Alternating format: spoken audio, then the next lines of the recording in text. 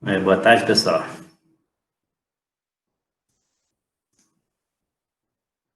Eu vou compartilhar minha tela aqui, como de costume.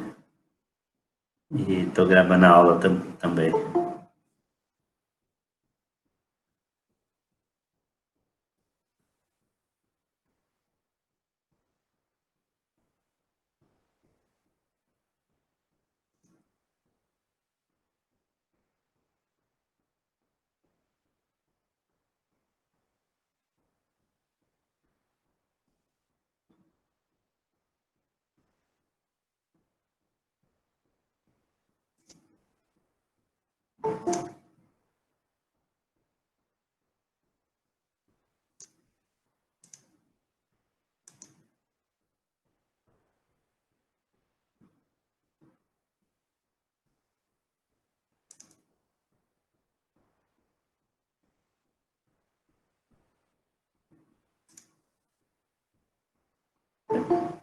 Eu acredito que vocês estão vendo minha tela aí já, né?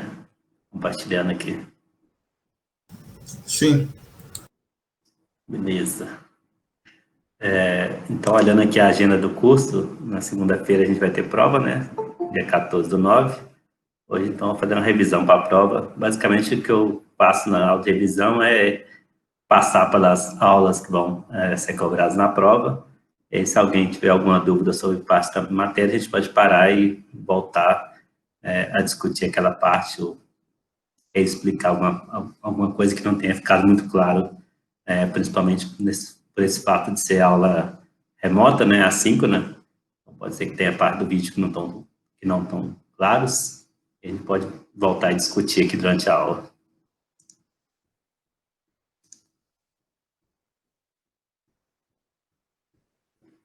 Provavelmente a prova vai ser bem parecido com a primeira, um esquema parecido. Estou pensando em também dividir em partes, que eu acho que funciona muito bem. Numa turma tão grande como essa, 66 alunos matriculados, não teve nenhum problema na prova 1, ou nenhum problema grave na prova 1, então achei que a prova foi bem sucedida. Eu não esperava que fosse tão bem assim. Esperava que ia ter alguns problemas, que alguém ia ficar sem internet, ou que alguém não ia conseguir completar a prova no tempo, mas eu me enganei, que foi bem ok, a prova foi bem legal, ninguém teve nenhuma reclamação grave sobre a prova, então acredito que funcionou bem para todo mundo.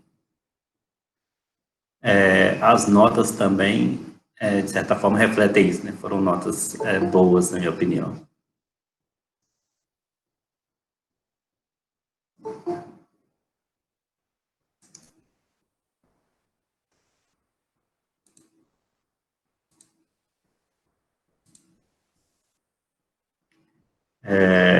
Então, não sei se alguém tem alguma pergunta sobre a prova.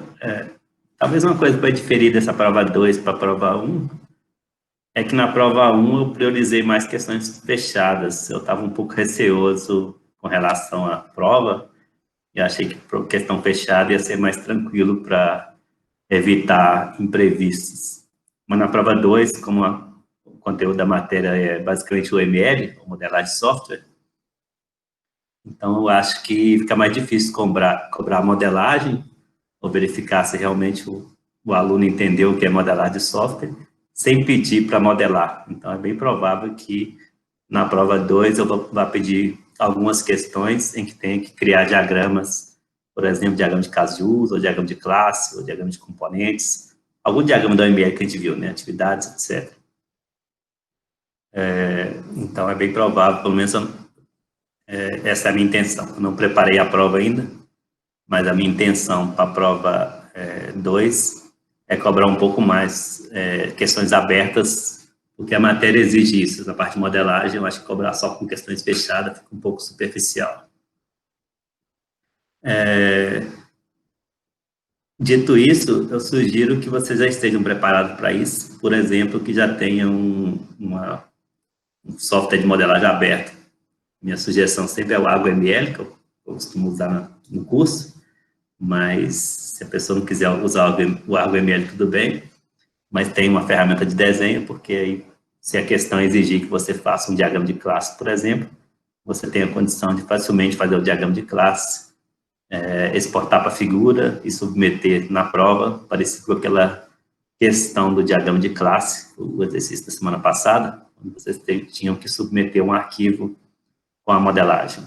Então, deve ter alguma questão parecida com aquilo de que tem que fazer a modelagem por fora e depois anexar o arquivo na prova, no formulário da prova.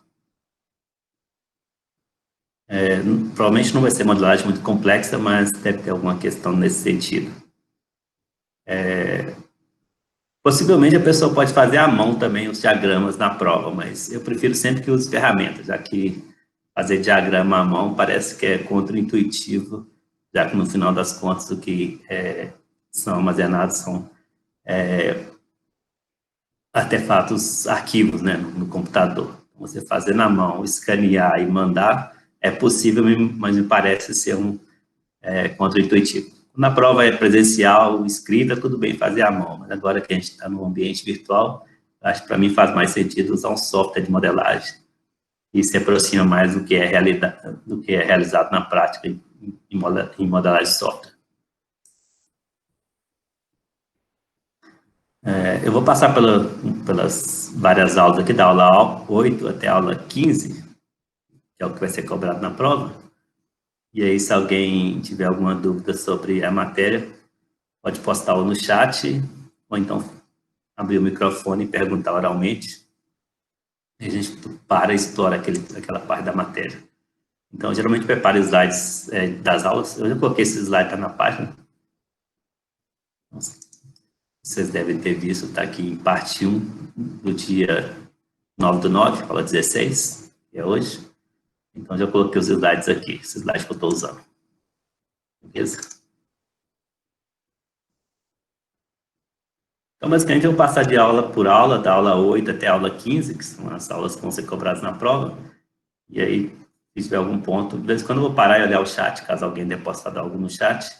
Se tiver alguma coisa que mereça voltar para ter uma explicação mais detalhada, é só colocar lá no chat que eu volto no conteúdo.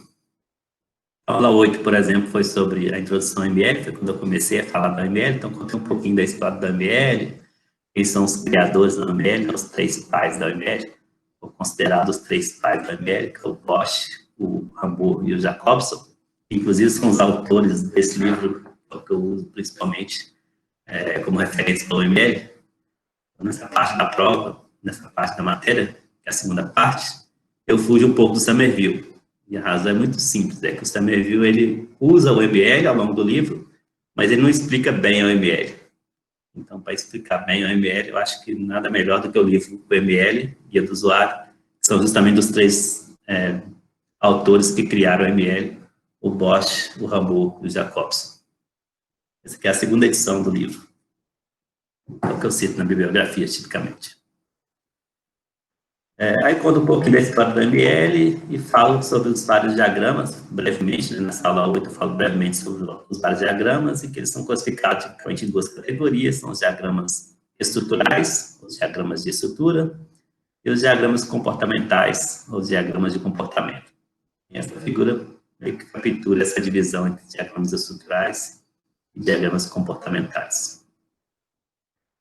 E alguma subclassificação, por exemplo, tem 4 diagramas, são considerados diagramas de interação. 2 deles a gente vê em mais detalhes no curso, que é o diagrama de comunicação e o diagrama de sequência. Coloquei esses slides aqui só para lembrar que essa classificação é importante, mesmo os diagramas que eu não tenha abordado em detalhes, é importante saber a classificação. Você deve ter percebido isso. Nos questionários, que às vezes eu pergunto, por exemplo, quais das seguintes opções não é um diagrama estrutural? E aí lá tem diagrama de perfil, classes, estrutura compostas, e tem um outro lá que não é estrutural. Por exemplo, diagrama de caso de uso. Então, é importante, mesmo que você não conheça todos os diagramas em detalhes, você saiba pelo menos identificar se ele é um diagrama estrutural, um diagrama comportamental. E se ele é mesmo um diagrama ML, eu posso pedir também para identificar qual daqueles diagramas não faz parte do ML. Tem um diagrama de fluxo de dados, por exemplo, um diagrama de entidade de relacionamento, diagrama R, não pertence ao ML. Beleza? Aí, nessa aula, eu dei vários exemplos, assim, bem rápido de diagramas do ML. por exemplo, um diagrama de classe. Em tal aula não me importei em explicar os detalhes, só para vocês saberem reconhecer. Eu posso pedir isso na prova também, para vocês reconhecerem que diagrama é aquele. Um diagrama desse daqui, por exemplo, eu pedir para vocês identificarem que tipo de diagrama é esse na ML. Esse é um diagrama de objetos. Eu posso colocar lá diagrama de comunicação, diagrama de classes, diagrama de sequência, diagrama de objetos. Então, é importante vocês saberem identificar os diagramas da ML, mesmo que vocês não conheçam detalhes sobre o diagrama. O diagrama de componentes, normalmente usado para modelagem arquitetural, tem variações em cima do diagrama de componentes. Isso aqui usa o que a literatura chama de componente conector. Você tem um componente, mas também você tem um conector com as suas dois tipos de interface aqui, interface provedora e interface requerida. A notação é muito usada quando se fala em engenharia só baseada em componentes, coisas do tipo. Na arquitetura, as pessoas simplificam isso para o diagrama de caixas e linhas, como a gente viu no curso também. Isso aqui está dentro da ML, está consistente com a notação da ML, mas ela é um pouco verbosa, então muita gente evita um pouco essa notação com os conectores. Desenha só os componentes e linhas para conectar os componentes. Você também viu, chama de diagrama de caixas e linhas, que é a simplificação do diagrama de componentes. Diagrama de implantação reflete um pouco do hardware, onde o software vai ser implantado, então por isso chama de implantação. Então essas caixas em 3D refletem máquinas ou componente hardware. E aí o projetista de software, o modelar o software, consegue representar em qual parte, em qual servidor, por exemplo, que vai rodar determinado componente de software. Usado mais como uma complementação, onde você modela o software, mas também em qual hardware que aquele software vai ser implantado. E aí também tem a ligação de rede, por exemplo. A topologia de rede também aparece. Diagramas comportamentais, fiz a mesma coisa. Listei os diagramas comportamentais e mostrei alguns exemplos rápidos só para vocês saberem reconhecer. Então, saber quais são os diagramas comportamentais é importante, saber reconhecer se aquilo é ou não um diagrama do ML e se é ou não um diagrama comportamental é importante. Por exemplo, posso mostrar um diagrama de caso de uso, que vocês devem conhecer em detalhes, já que a gente viu na disciplina. Pedir para identificar elementos do diagrama de caso de uso, por exemplo, o ator, o caso de uso, um relacionamento de include, um relacionamento de extend, um relacionamento de herança, que aparece aqui, ó, generalização. As fronteiras, é uma coisa que eu não exploro muito na disciplina, mas eu acho que nessa aula que eu cheguei a citar, que essa caixa maior que esse retângulo identifica o limite do sistema, então o que está dentro da caixa é o sistema, e o que está fora são entidades externas que interagem com o sistema. Essa que é a ideia de colocar essa caixa em volta, mas nem sempre é colocado, não. Por isso que eu nem exploro muito na disciplina. Diagrama de sequência, mesma coisa, a gente viu no curso, com os detalhes, né? Ator, objeto, linha da vida, caixa de ativação, mensagem, mensagem de retorno, e assim por diante. Então, os detalhes ali que a gente viu, não nessa aula 8, mas na aula que a gente explorou os detalhes do diagrama de sequência mais para frente.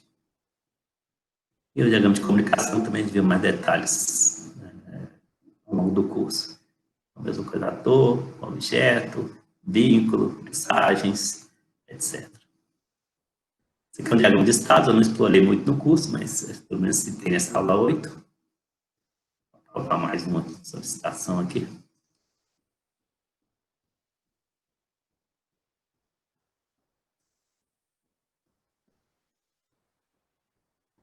Então, o diagrama de estados eu não explorei muito no curso, mas é um diagrama até bem comum no ML. Então, para quem já faz estágio, já trabalha, já deve ter deparado com esse diagrama aqui em alguns lugares.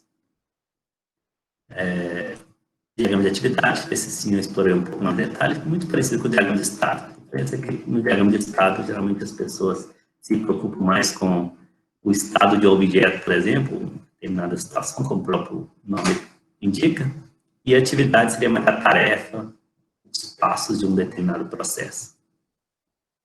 Seria mais pensar em ação, não teria que pensar mais em situação.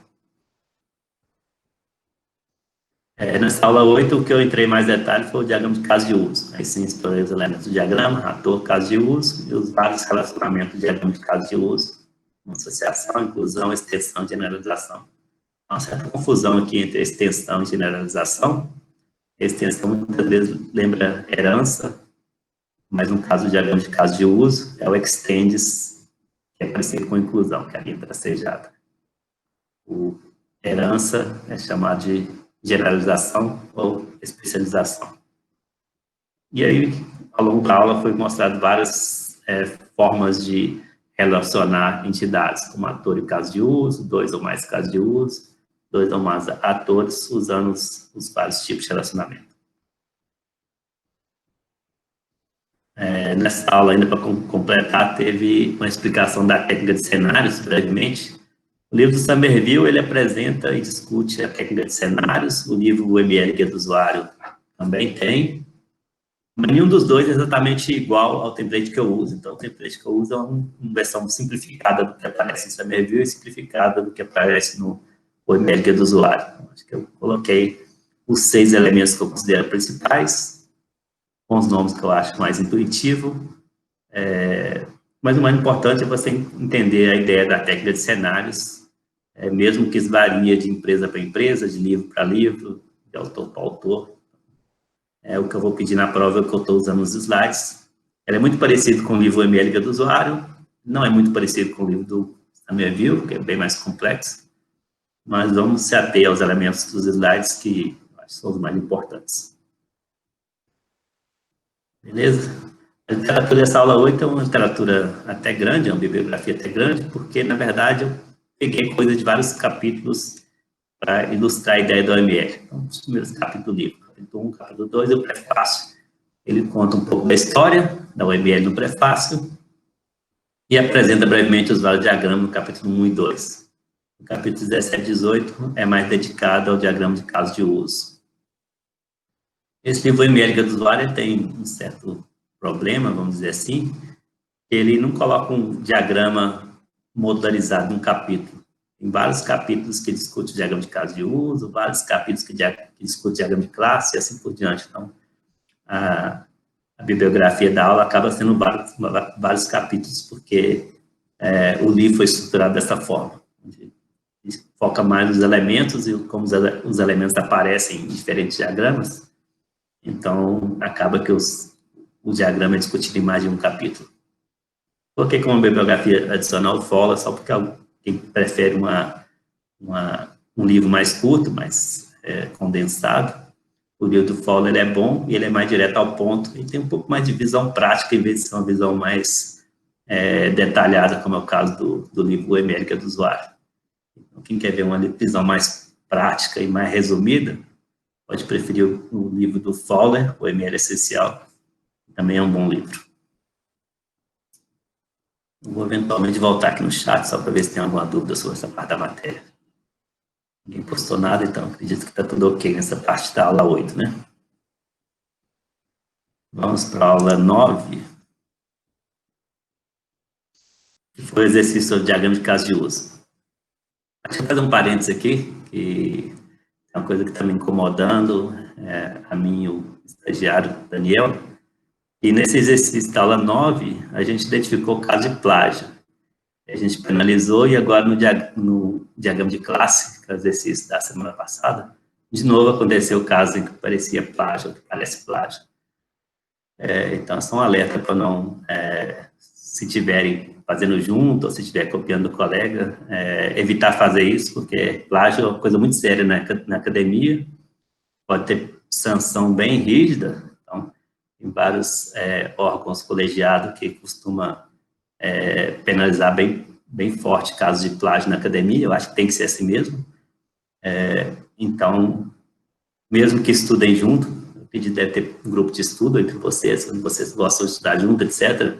Quando for fazer o exercício, faz individual, porque se o exercício é muito parecido com cara de plágio, eu vou penalizar na nota, posso até anular o exercício em caso de reincidência, que é o que aconteceu, a pessoa ficar com 0 no exercício.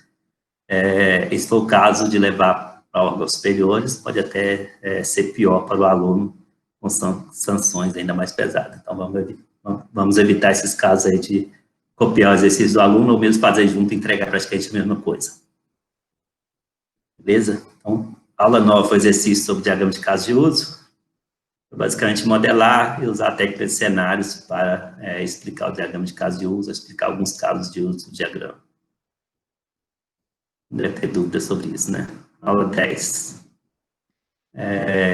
Arquitetura de software. Então, nesse caso aqui, eu peguei bem parte teórica, que está no livro Somerville. Tem um capítulo do livro Somerville que é sobre arquitetura de software, e é bem complexo, então não tem tanta modelagem, até que o diagrama arquitetural ele é bem simples, o que o Somerville usa, que a maioria das pessoas usa na arquitetura de software, é o diagrama de componente simplificado, que é aquele de caixas e linhas.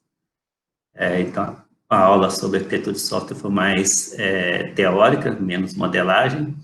Eu foco bastante nos padrões arquiteturais, é uma parte que eu gosto na arquitetura de software, explorar os padrões arquiteturais, que alguns autores chamam de estilo arquitetural também. Eu visto isso. A arquitetura de software, a questão de pontos positivos e negativos da arquitetura e também do diagrama de caixa e linhas. Então, coloquei aqui mais relacionado ao diagrama de componentes simplificado, que é de caixa e linhas, as vantagens e desvantagens. Então, é bom identificar o diagrama, em que momento que ele é usado, qual é a vantagem e desvantagem de se usar aquele tipo de diagrama, coisas do tipo. Eu exploro bastante nessa parte de arquitetura de software também os padrões arquiteturais, está no livro Somerville, então eu me atenho quase que exclusivamente ao que está no livro Somerville, mas eu completo um pouco com o livro de padrões arquiteturais, que eu acho que é a referência principal quando se fala em padrões arquiteturais, que é o que o pessoal chama de livro POSA, que é o Pattern Oriented Software Factory, que é o livro do Bookman. Inclusive tem vários livros na série, todos eles começam com Pattern Oriented Software Factory. Aí tem o volume 1, volume 2, volume 3 e assim por diante. O volume 1 é o mais conhecido, é o que eu uso para completar a aula, mas a maior parte está dentro do que está no capítulo do livro Somerville, nesse caso. Padrões arquiteturais, então esses são os 9 padrões, 5, 7, 9 padrões mais conhecidos. Os que eu coloquei com a caixa amarela aqui em volta são os que são discutidos no Somerville. Então, o Somerville, ele não em muitos detalhes, né? Então, o capítulo, obviamente, não dá para entrar muito em detalhes pelos padrões. Mas ele fala brevemente sobre esses 5 aqui, que estão em negrito e com a caixa laranja em volta. Mas na aula eu foco mais nesses 3 primeiros aqui. Então, não tem muito espaço para 1h30 eu falar de arquitetura de software, falar de padrão arquitetural e ainda explorar vários padrões arquiteturais. Então, eu foco nos 3 primeiros, que é da categoria da desordem à estrutura. Mas os outros 2 também são bem conhecidos, cliente servidor e MVC, são bem conhecidos. Então, no livro Somerville, então principalmente no livro Pattern Oriented Software Architecture, que é um livro referência sobre padrões arquiteturais.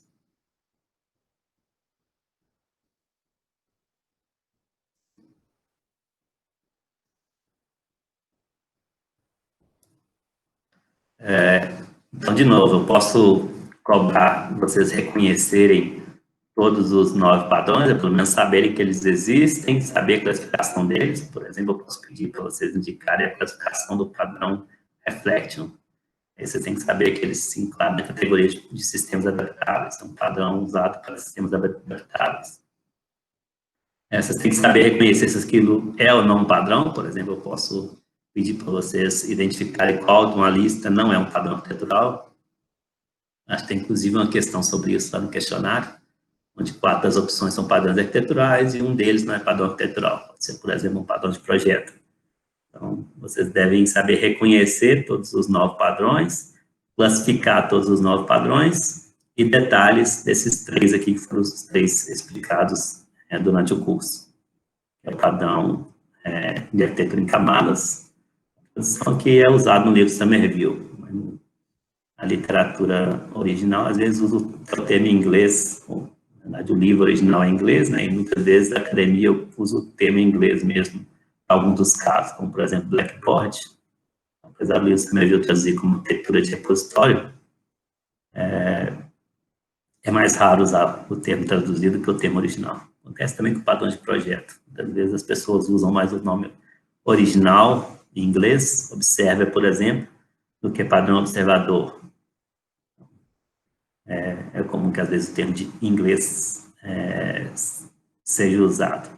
Então, às vezes na prova eu coloco o termo em inglês entre parênteses em português, caso a pessoa tenha estado pelo livro em português, consiga identificar o que eu estou falando, principalmente quando a tradução não é fácil, como esse caso aqui, Blackboard, não é uma tradução literal para arquitetura de repositório, é mais uma tradução da ideia do que uma tradução do termo. Bem, coloquei um slide para cada um aqui, só para quem não se lembra qual é a ideia. Então, a arquitetura em camadas é você construir camadas, onde cada camada se comunica com a camada inferior e com a camada superior, provendo serviço para a camada superior e usando serviço da camada inferior.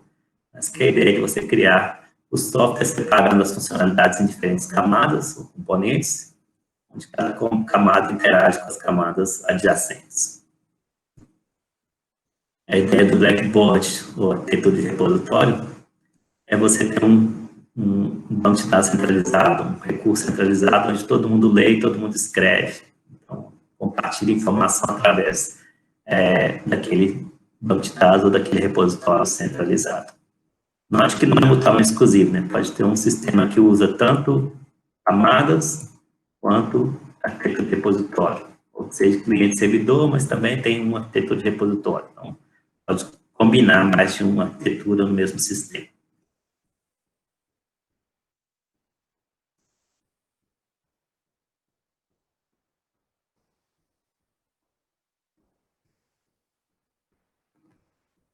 Todos os padrões arquiteturais, na aula sobre isso aqui, que é a aula 10, tanto explico o padrão como discuto vantagens e desvantagens. É muito comum cobrar na prova quais são as vantagens da arquitetura de repositório, quais são as desvantagens da arquitetura de repositório. Então, os slides da aula de hoje, obviamente, não estão completos, são um resumo, tem muita coisa lá na aula original que pode ser cobrada, que talvez não está aqui no meu resumo.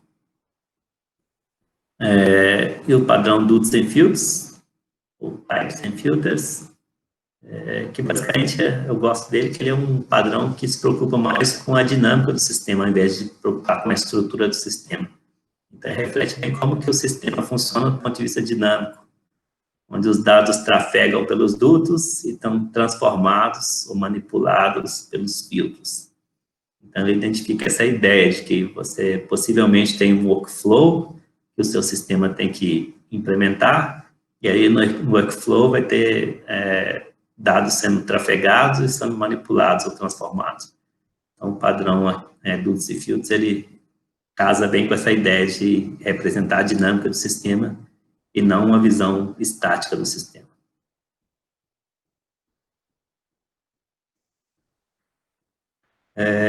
Bibliografia sobre arquitetura de software e os padrões arquiteturais que eu usei, basicamente é o livro Somerville, capítulo 6, que é arquitetura de software. Mas o Somerville ele é bem breve, bem superficial, principalmente quando se diz respeito aos padrões arquiteturais. Então, recomendo para quem quer se aprofundar no tema, usar esse livro aqui, que é o livro referência, livro do Bookman, Pattern Oriented Software Architecture. Atenção, que o principal é o volume 1, que é o volume que chama A System of Patterns. Eles têm vários livros com a capa muito parecida, com um título muito parecido, o que muda é só o volume 1, volume 2, volume 3, assim por diante, onde o volume 1, que é esse aqui, A System of Patterns, que é o que eu uso como referência, e o capítulo 2, ele apresenta os 9 padrões, que são os padrões, eu considero os padrões mais conhecidos, os padrões arquiteturais mais conhecidos.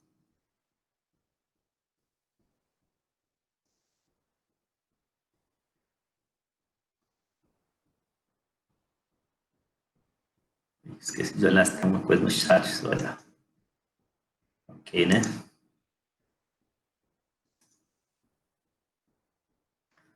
Então, a aula 11 foi prova 1.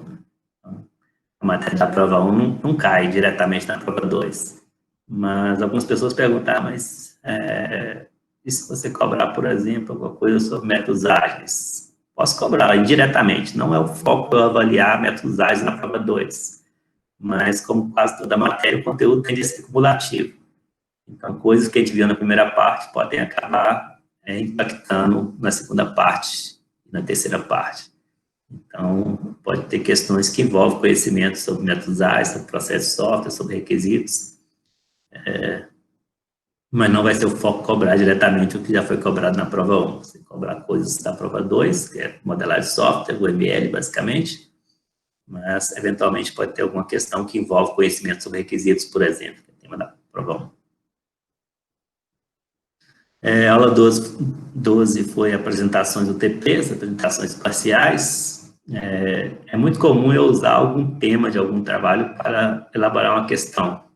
Pegar, sei lá, o tema de clínica médica, por exemplo, e elaborar uma questão sobre um diagrama de sequência para esse quesito de um sistema de clínica médica. Então, conhecer os temas lá e quem assistiu a apresentação ter uma noção do que é cada um dos sistemas pode ajudar a entender alguma questão que vai ter como contexto algum tema de TP. Mas, normalmente, eu não cobro diretamente o tema do TP, eu uso mais como contexto para cobrar alguma outra coisa, algum outro conceito da matéria.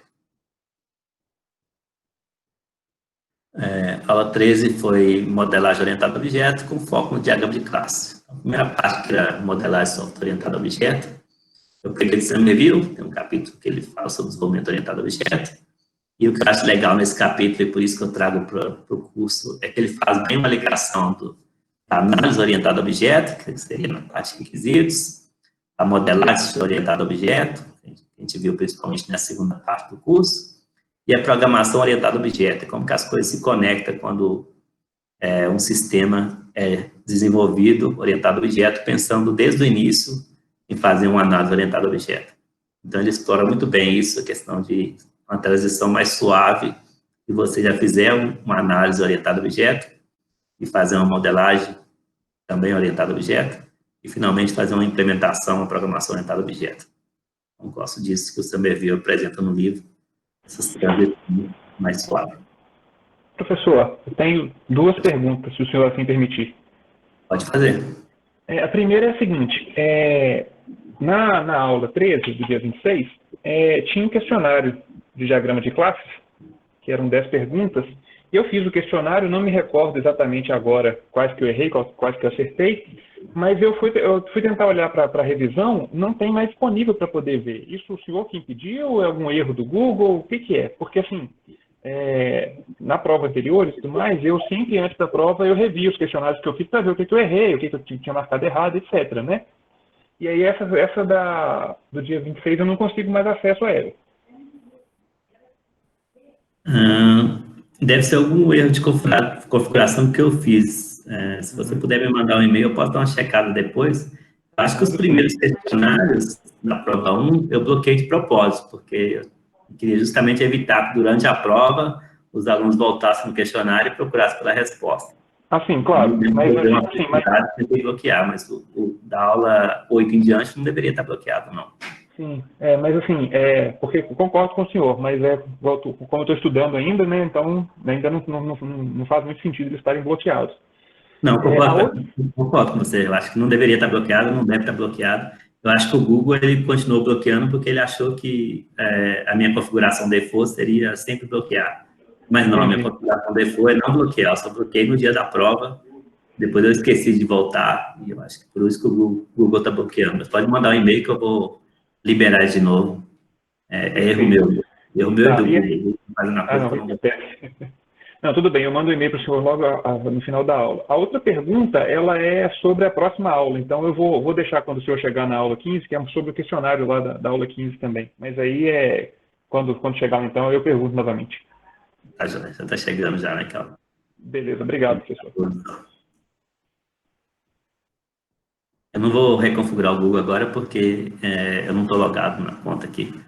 Então, me manda um e-mail que depois eu vou lá e vejo no questionário. Se eu lembrar, você nem precisa mandar e-mail, mas eu peço para mandar e-mail, que aí se eu esquecer, o e-mail me lembra.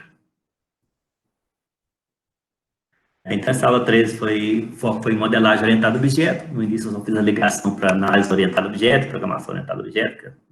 Também viu, faz essa ligação também, e aí com foco em modelagem, quais são as atividades de modelagem, então vai apresentar cada uma delas. E a segunda parte, que eu considero até a principal, é o diagrama de classes. Então, os conceitos do diagrama de classes. Então, foi bem um beabá mesmo. Quem já conhecia o diagrama, a aula é muito simplista, porque vai desde o início mesmo. O que é uma classe, qual é a representação da classe, o que é relacionamento.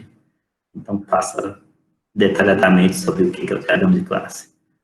Por exemplo, a representação da classe, o nome, os atributos, os métodos. Dependendo da ferramenta que for usado, cria uma outra parte, que é uma quarta parte, onde é chamada de propriedades. Aqueles atributos que tem métodos get, set. Mas eu acho que o ML mesmo só tem essas 3 partes. Mas dependendo da ferramenta, dependendo da visão do modelador, prefere criar uma quarta parte também. O ML é bem flexível, então é mais diretriz, mas tem muitas extensões e adaptações do ML, e a própria ML permite isso, que seja feita adaptações. Então não é que está errado, é só uma visão diferente da notação.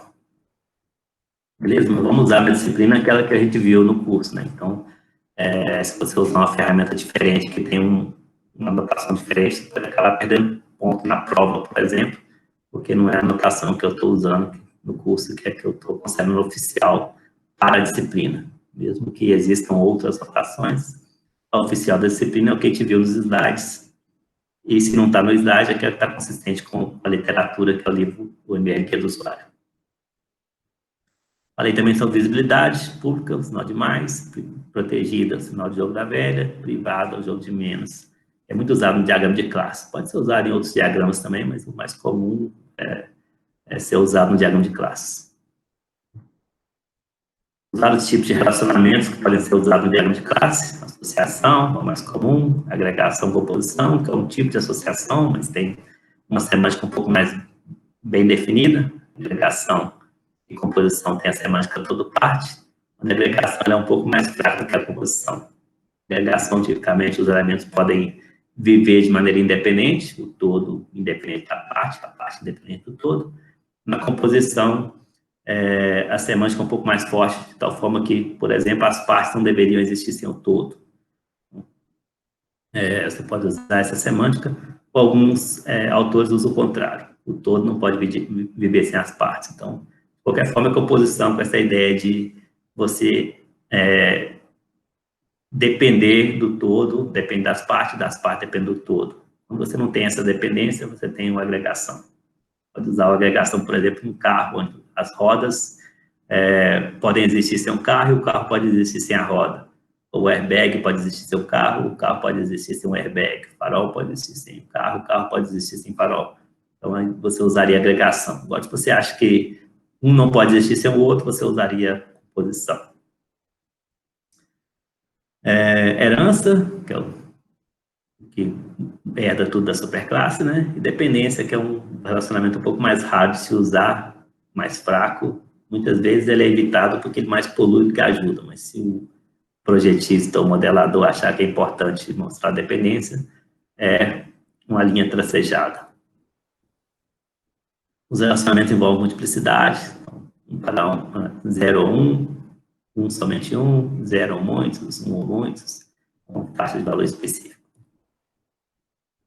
Tem uma questão, eu coloquei esses slides só para lembrar que teve uns 4 ou 5 e-mails sobre a questão nova do questionário, que pergunta justamente sobre aquela herança e se os métodos privados é herdado ou não, se o método assinado é herdado ou não. Então, coloquei aqui só para esclarecer, acho que eu falei na última aula 5, mas como eu já tinha os slides preparados, eu falei, vou colocar os slides, que aí, se por acaso a minha explicação não tiver ficado clara, os slides ajudam a compreender qual é o conceito que eu uso, e que não necessariamente é o mesmo conceito que outros autores usam, não necessariamente é o conceito que a documentação de Java, por exemplo, usa. Eu espero que um dia ou eu me convença do contrário, ou os caras que mantêm a documentação de Java se convençam do contrário e as coisas ficam consistentes. Mas, por enquanto, essa inconsistência, porque eu entendo, de acordo com o livro O ML Guia do Usuário, ele cita isso, tudo que está na superclasse é herdado pela subclasse. Eu sou consistente com isso. Tudo que está na superclasse é herdado pela subclasse. O meu exemplo é esse do avião, para tentar mostrar isso. Por exemplo, tem uma classe abstrata Airplane, que tem um método privado, vou focar mais no método privado, mas o exemplo também contempla os outros casos. O método privado RAM, e tem um Airbus 320 que estende Airplane. Aí, o contra-exemplo seria, então, Airbus não estende RAM, ou não tem RAM, não tem o método RAM porque ele é privado. Eu não concordo, eu acho que a classe Airbus 320 também tem o método RAM, mesmo que ele não tenha visibilidade sobre o método. E como que eu consigo provar que o Airbus tem esse método? Eu tenho, por exemplo, aqui na implementação takeoff, implemento, sobrescreve o método takeoff, e aí o avião Airbus, ele sabe voar, ele sabe correr e ele sabe decolar. Eu consigo provar que o avião Airbus 320, ele sabe essas três coisas. Então, se ele sabe essas três coisas, ele tem esses três comportamentos, ele herdou esses três comportamentos da superclasse. Eu mostro isso no meu próximo slide, que é instanciando o Airbus 320. Ele sumiu aqui, meu mouse deve ter vindo. Não tem problema. Eu repeti só a classe Airbus 320, só para ficar mais fácil de acompanhar, né? Que é o método takeoff aqui, basicamente. Então, instancio o meu Airbus 320 e chamo fly. Mas espera aí, o fly não está aqui no meu Airbus 320. Como que esse método fly pode existir? Obviamente, ele herdou o método público da superclasse. Ok, então chamei o método fly foi herdado da superclasse. Mas quando eu executo isso aqui, o que vai sair no meu console vai ser o Airbus está preparando para voar, então, obviamente, ele tem um método fly que escreve o Airbus está preparando para voar. Vai escrever também o Airbus está correndo, então, obviamente, essa classe também tem um método, apesar de ser privado, Airbus está correndo, já que imprimiu essa mensagem aqui. E também saiu no meu console, o Airbus 320 está decolando. Então, obviamente, ele também tem o método takeoff, nesse caso é óbvio, né, que ele sobrescreveu o método, mas se ele não tivesse sobrescrito, ainda assim ele teria o método privado. Sei que ainda assim ele teria o método privado takeoff, porque se eu não tivesse sobrescrito, a minha classe tem que obrigatoriamente ser privada, a minha classe é Airbus 320. Ele ia herdar um método privado, e se uma classe herda um método privado e não sobrescreve aquele método, a classe tem que obrigatoriamente ter método privado. Então, com esse exemplo, eu tento convencer de que minha classe Airbus 320, ela herdou tudo, ela herdou o método público, ela herdou o método privado, ela herdou o método abstrato, ela herdou qualquer outra coisa que tenha na superclasse, mesmo que não seja visível. Beleza? Meu mouse parou de funcionar.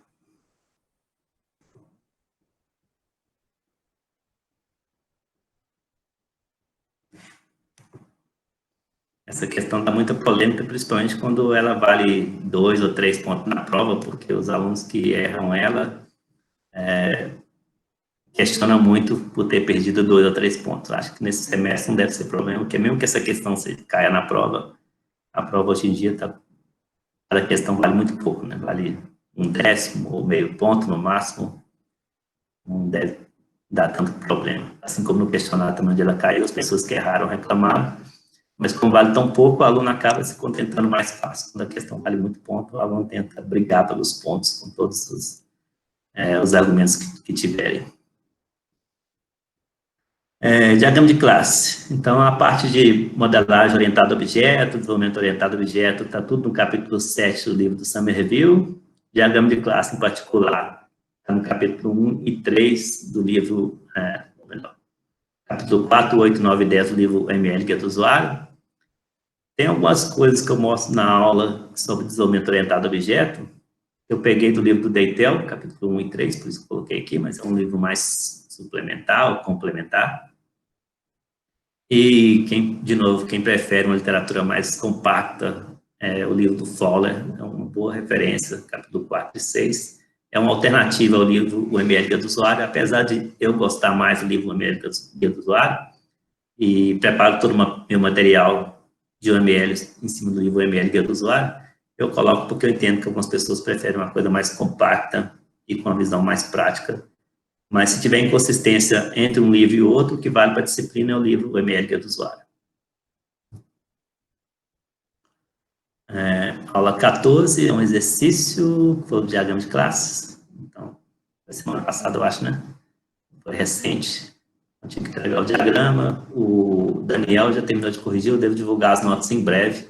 Só estou checando algumas coisas que ele anotou, por exemplo, a questão do plágio, a questão de alunos que às vezes entregaram com atraso, então ele vai anotando tudo para mim, depois eu faço uma checagem desses casos mais polêmicos. Alguns casos aqui ele não sabia dar nota também, então ele anota, eu vou lá e checo. Então está na minha mão, o Daniel já fez a correção, a parte dele. Eu vou fazer a minha parte, divulgar a nota provavelmente ainda essa semana.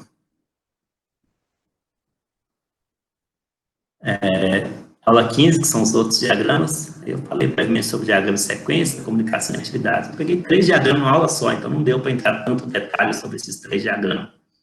Eu explorei um pouco mais o diagrama de sequência e mais brevemente o de comunicação de atividades, mas só para porque o tempo de aula é curto. Mas os diagramas são bem importantes, e como esses outros 2, comunicação e atividades, são mais simples, então eu explorei um pouco mais de sequência, que é um pouco mais complexo. Diagrama um pouco mais cheio de detalhes. Aqui eu não vou explicar em detalhe, eu acho que tinha uma pergunta sobre diagramas, se quiser fazer. Fui eu, professor. Que, na verdade, o que acontece? No questionário 8, uma das questões fala sobre a autochamada no diagrama de sequência. E aí, eu estava olhando nos slides, que eu até me perdi, não se fala muito sobre a representação da autochamada no diagrama de sequência em si. Depois, a autochamada, ela é novamente falado sobre ela no diagrama de comunicação. Mas também não se explica muito como que ela representa, porque assim, tem um desenho no diagrama de comunicação, mas ele é meio ambíguo com o que está dito na questão, sabe? E eu fiquei na dúvida como é que se representa uma autochamada, então, no diagrama de sequência especificamente. Porque as opções que tinham lá, porque assim, o conceito de que é uma chamada que aponta para o próprio objeto, para mim ficou claro, mas não tem exatamente esse tipo de resposta na questão, sabe? Na questão só fala, a única que fala sobre apontando o próprio objeto é uma linha tracejada, que eu marquei porque era a única que falava do próprio objeto, mas não é uma linha tracejada, é uma linha contínua. E aí eu não sei se foi um erro de entendimento meu da questão, ou talvez tenha acontecido alguma troca de alguma coisa, não sei. Eu não tenho acesso à questão aqui, que eu não estou logado na minha conta da disciplina, estou logado na minha conta pessoal, e eu não consigo ver o questionário. Então, é melhor mandar e-mail, que aí eu checo em detalhes a questão que você está dizendo. Mas a ideia de autochamadas, eu acho que dá para a gente ver aqui nesse diagrama, porque seria isso aqui, né? Uma classe, é um método que chama um outro método dentro da própria objeto, né? Então, nesse caso aqui, o método, sei lá, vamos chamar esse método aqui de gravar, ele chama o próprio método validar CPF, e aí tem uma caixa de ativação empilhada com outra caixa de ativação. Então, essa que é a ideia da autochamada. Mas a questão, em particular, eu teria que olhar. Pode ser que tenha alguma ambiguidade na questão, pode ser que as alternativas não estão tão claras. Eu teria que checar no meu cabeça. Uma das respostas aqui que fala ativante seria seta direcionada horizontal apontando para a caixa de ativação. Mas o que eu não marquei essa, porque assim, para mim, teria que ter a complementação falando que é partindo do próprio objeto, né? Porque igual nesse exemplo aí que eu estou mostrando, a validar CPF, a seta ela sai do próprio objeto e retorna ele na caixa de ativação, né?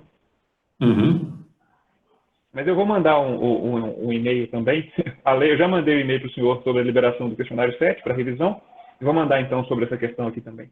Manda lá, que eu acho que é mais fácil eu olhar a questão e tentar ver qual que é a ambiguidade que tem na questão, que é possível que tenha, né? Que essas questões...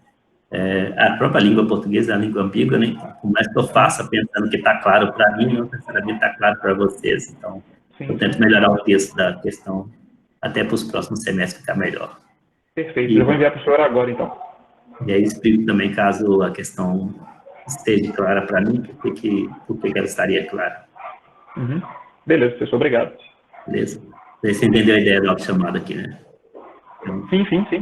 É um outro método na própria classe. Então, são 2 métodos diferentes aqui, por exemplo, o gravar e o validar CPF, mas como um método chamou o outro na própria classe, é empilhado 2 caixas de ativação com a seta partindo de um método para o outro método. A seta que representa a chamada do método, né? A mensagem. Beleza, professor. Obrigado. Beleza. Então, esses são os 3 diagramas que foram abordados na aula 15. No caso do diagrama de sequência, eu apresentei um pouco mais de detalhe, por que o diagrama de sequência, o que é diferente de outros diagramas, por exemplo, além de ser um diagrama comportamental, né, que representa a dinâmica do sistema, ele tem uma característica única, que ele reflete bem a ordem temporal em que as mensagens são trocadas. Então, ele tem esse foco de mostrar a ordem temporal em que as mensagens são trocadas entre os objetos, mas também, eventualmente, entre atores que participam da interação, que participam daquela funcionalidade. Vou ver aqui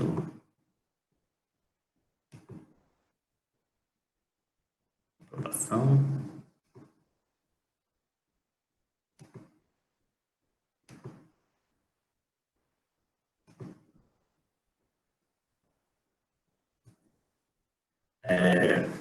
Então, explorei a questão da comunicação entre objetos e atores, no diagrama de sequência, então, os casos de chamada de método de um objeto por outro objeto, chamada de método de um objeto pelo próprio objeto, que é o caso da autochamada, e chamada de um método de um objeto por um ator, por exemplo. Pode também ser representada comunicação entre atores, por exemplo, um ator chamando outro ator. Aí, nesse caso, não daria para falar que é um método do ator, porque o ator não é uma entidade do sistema, mas, de qualquer forma, em alguns casos, pode ser representado no diagrama de sequência para facilitar o entendimento. A ideia de há uma comunicação entre pessoas que, de certa forma, interfere no funcionamento do sistema. Acho que o exemplo que tem nos meus slides é o caso do cliente do banco, que vai lá abrir uma conta, o cliente não pode abrir a conta diretamente. Então, ele interage com o gerente do banco e o gerente do banco que abre a conta. Mas o gerente do banco só abriu a conta porque o cliente solicitou. Então, mostrar o cliente, mostrar o gerente é importante para entender a funcionalidade como um todo. Nesses casos, o diagrama permite isso. Então, o que aparece aqui nesse diagrama? Então, tem um cliente, tem um banco, o cliente interage com o banco para poder executar uma determinada funcionalidade que o cliente não tem acesso diretamente, mas o banco só faz isso porque o cliente pediu. Beleza? E para concluir essa aula do diagrama de sequência, eu expliquei como detalhar um caso de uso usando diagrama de sequência, também é muito comum. Então, você pode detalhar o caso de uso usando a técnica de cenários, que eu vi isso lá na aula 8, eu acho, sei lá. Ou você pode detalhar o caso de uso usando o diagrama de sequência, que foi mostrado aqui nessa aula. Os outros diagramas, que é o diagrama de comunicação, o diagrama de comunicação eu mostrei bem rápido, porque além dele não ser tão comum assim, ele é muito simples. Pelo menos na minha visão, ele é muito simples. Então, muitas vezes é usado só para detalhar alguma coisa, alguma parte do sistema, onde você quer mostrar os objetos e os vínculos entre os objetos. Então, ele foca nessa visão de estrutura entre objetos e vínculos, apesar de ser um diagrama comportamental dinâmico que mostra a colaboração também, a dinâmica do sistema. Então, tem esse exemplo bem simples aqui nos meus slides, só para ilustrar qual é a ideia do diagrama de comunicação, onde você tem objetos, tem a linha entre os objetos, que nesse diagrama é chamado de vínculo, e tem as mensagens que são trocadas entre os objetos, que são setinhas, assim, meio voando, para dizer, o objeto conta 1 da classe conta comum, ele manda uma mensagem para o objeto ist1 da classe histórico, onde essa mensagem é mandando gravar. Basicamente, chamar o método gravar na classe ist1, na classe histórico, objeto ist1. E pode ter várias mensagens no mesmo vínculo. O vínculo é usado só uma vez em cada par. Seja ator, objeto, ou seja, 2 objetos, tem um vínculo só, mas o vínculo pode ser usado para trocar várias mensagens. Cada mensagem é uma setinha voando. Aqui também pode acontecer autochamado, aproveitando a pergunta da autochamada. Então, um objeto pode ter um vínculo com ele mesmo e pode mandar uma mensagem para ele mesmo, que seria autochamada. O último diagrama que eu explorei na segunda parte do curso foi o diagrama de atividades, e aí tem vários detalhes no diagrama de atividades, então a aula mostrou um pouco mais disso, tem a questão do... eu costumo chamar de estado inicial e estado final, mas alguns autores chamam de iniciação e conclusão, ou mesmo atividade inicial e atividade final, que é onde começa o diagrama. Então, tem esse esse ponto inicial do diagrama, tem as atividades, que é o que dá o nome ao diagrama, e tem as transições entre as atividades, que são basicamente relacionamento, uma setinha. Mas não tem muita variação de seta, não, é sempre a seta contínua, direcionada. O que aparece aqui no meu exemplo. Aí tem alguns detalhes a mais no diagrama. Por exemplo, você pode ter essa indicação aqui de que coisas acontecem em paralelo. Então, nesse ponto aqui, você tem uma divisão onde receber pedido e efetuar a cobrança pode acontecer em paralelo. E aqui, a junção dos dois, onde passa a ser sequencial de novo. Tem um outro elemento que não aparece aqui no meu diagrama, que é como se fosse o if, né? Chama de ramificação, que é você indicar um caminho ou outro caminho, dependendo da condição. Nesse caso aqui, as duas coisas sempre acontecem, mas não tem ordem predefinida entre receber pedido e efetuar a cobrança. No caso de usar o if, ou usar o diamante, que indica uma ramificação, você segue ou por um caminho ou por outro caminho, é o condicional mesmo. Aqui tem o que eu chamo de estado inicial, e embaixo a bolinha branca, a bolinha preta dentro da bolinha branca, é o que eu chamo de estado final. Mas a literatura também chama o bolinha preta de iniciação e bolinha preta dentro da bolinha branca de conclusão, que é só para indicar onde começa a leitura do diagrama e onde termina a leitura do diagrama. Tem ainda as raias, a ideia de raia de navegação, que indica mais um agrupamento lógico entre os elementos. Então, por exemplo, aqui eu tenho 3 raias, a raia cliente, a raia vendas e a raia estoque. Só para indicar que essas atividades na primeira raia têm a ver com o cliente. As atividades na raia do meio têm a ver com vendas. As atividades na raia da direita têm a ver com estoque, por exemplo, o departamento de estoque. Beleza? A literatura desses diagramas aí, a principal seria o ML, do usuário, e o ML, do usuário, capítulos 16, 19 e 20. Para quem prefere o livro do Fowler, é o capítulo 5 e o capítulo 9. E é isso. Vai terminar a aula 15, a 16 é hoje, que é a revisão, e aí na próxima segunda, a prova. Aí vai ser o mesmo esquema, vai ter mais ou menos 80 minutos para fazer a prova, né? Vai ter o início para dar uma explicação sobre como vai ser a prova, vai ter penalidade para atraso, provavelmente eu vou usar o mesmo padrão de penalidade, que é 1/10 para cada minuto de atraso, onde 10 minutos equivale a 1 ponto de penalidade. Acho que na prova 1 só teve um caso de penalidade, ainda assim a penalidade foi pequena por atraso, foi 3 minutos. Então, acho que no geral a prova funcionou muito bem, até mesmo em questão de penalidade. Mas fica avisado que vai ter essas partes, vai ter penalidade, o que vai diferir nessa prova 2 é que provavelmente vai ter mais questões abertas para me explorar um pouco mais da questão da modelagem de software. Possivelmente eu vou pedir para criar algum diagrama, então esteja preparado com uma ferramenta de modelagem, como o ArgoML, porque se eu pedir o diagrama de atividades, por exemplo, você vai lá rapidinho, já cria o diagrama e me manda, porque se tiver que instalar um software para poder fazer a prova, vai perder muito tempo. Então, assim, é isso. Professor, a quantidade de questões vai ser a mesma? Porque, assim, na última prova já foi bem corrido, assim, bem a continha, e no caso de ter que desenhar diagrama, eu entendo que demanda um tempo um pouco maior, né? Não, tendo questões abertas, provavelmente vai ser menos questões. Eu vou tentar balancear isso. Não vão ser poucas questões que eu estou propositalmente jogando esse trade-off aí de tempo em função da quantidade de questão, né? Então, não vai ser poucas questões demais, porque eu não quero dar tempo demais para vocês ficarem consultando o Google, consultando o material. Então, vai ter muita questão mas que sejam questões que dá para fazer dentro do tempo. E cada questão aberta que eu colocar, provavelmente eu vou tirar umas 10 questões fechadas, considerando que uma questão aberta demora 10 vezes mais para ser concluída do que uma questão fechada. Então, se eu der, por exemplo, 10 questões abertas, nem daria tempo. Talvez umas 5 ou 6 questões abertas já seria suficiente para completar os 80 minutos de prova. Entendi. Obrigada. Na prova anterior foram, acho que, 4 questões abertas? Não, foram 2. Foram 2, né? Não me lembro. Acho que foram 2 questões abertas. Professor, mas elas não eram de desenhar diagrama, né? Elas eram... Porque, como a colega falou aí, eu acho que o senhor com certeza está pensando nesse balanceio perto do tempo, porque mesmo com a ferramenta instalada e tudo mais, desenhar um diagrama leva um tempo a mais, né, para ser feito do que simplesmente responder uma questão textual, né?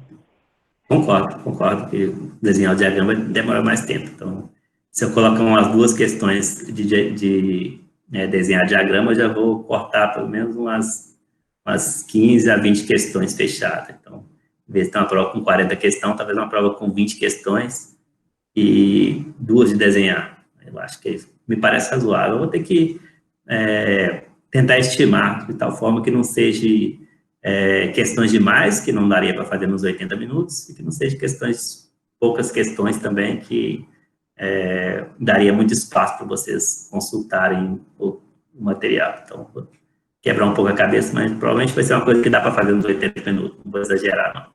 E se eu exagerar, tem lá a pontuação das questões, provavelmente vai ter pontuação das questões, que eu vou explicar. Então, o aluno pode decidir também, vou priorizar essa questão aqui porque ela vale mais, eu vou priorizar essa questão aqui porque eu faço rapidamente e já vou garantir os pontos dela. Então, se por um acaso o aluno se atrapalhar e perder muito tempo com a ferramenta de modelagem, talvez valha a pena priorizar aquelas questões que valem mais pontos, por exemplo. Perfeito, professor. Obrigado. Eu não vou fazer uma prova grande demais, não. Vou tentar fazer de tal forma que todo mundo tenha condição de fazer toda a prova nos 80 minutos.